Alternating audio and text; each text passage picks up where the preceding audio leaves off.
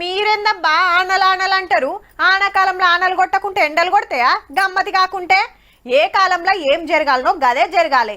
ఇప్పటికే కాలం ఆలస్యమైందని ఓ దిక్కు రైతులు రందివడి నిన్నయాలనే జర ముఖం తెలివికొచ్చిండ్రు.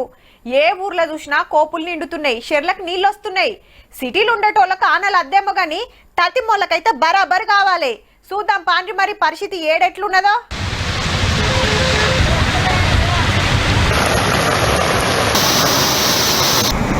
వాగులు వంగుడు, వరదలు వారుడు, చెరువులు నిండుడు, మత్తడి దొంకుడు.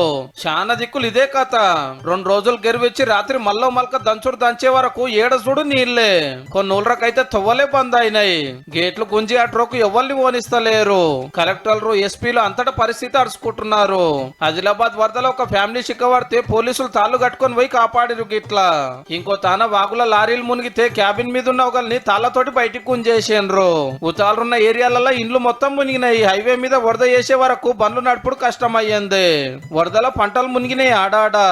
చేనులన్నీ మునిగిపోయినాయి సార్. మరి మొత్తం బ్యాక్ సార్ మొత్తం చేనులన్నీ మునిగిపోయినాయి మొత్తం. ఇప్పుడున్న పరిస్థితులు పంట చేనులు అసలు పంట ఉన్నదా, ఇలా ఏమున్నది, ఉసుక పెట్టిందా, ఏమన్నది కూడా పరిస్థితి తెలియదు. ఇప్పుడు మంచిర్యాలలో జంపుడు చంపితే పెద్ద సడక్ మీద చెట్లు కూలినాయి.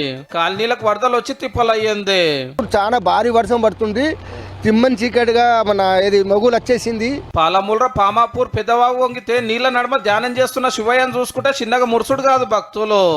సంగారెడ్డిలో పొంగుతున్న వాగులకెళ్లి ఒకళ్ళొకళ్ళు పట్టుకుని అవతలకి దాటిండ్రు. ఆసిఫాబాద్, నిర్మల్, ఖమ్మం, నిజామాబాద్, కామారెడ్డి, మహిబాద్, ములుగు, భూపాలపల్లిలో గట్టిగానే పడ్డది. మేడారం జంపన్న వాగు కాడ బ్రిడ్జిని దాకింది వరద.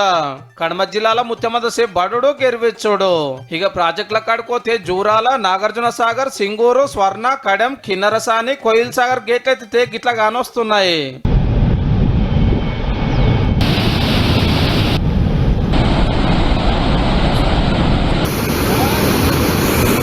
ఇక హైదరాబాద్ లో చూస్తే రాత్రి దంచుడు దంచింది, పొద్దుగాలంతా ముసురు మోసరు. ఈ మైసాగర్ గేట్లు ఎత్తే వరకు మూసికి మస్తు పెరిగింది వరద.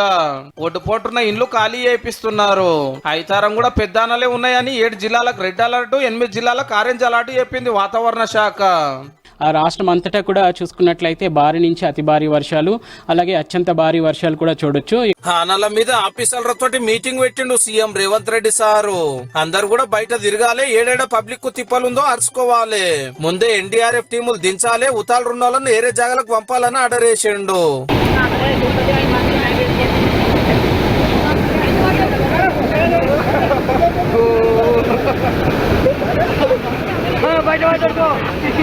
ఇంకో దిక్కు ఆనకాలం జోరైతుండే వరకు వ్యవసాయ పనులు కూడా రువ్వడి మీద ఉన్నాయి. ట్రాక్టర్ల కిరాముంట లేదు, రైతులకు రికాం లేదు, కూలీలకు మంచిగా పడతలు పడుతున్నాయి.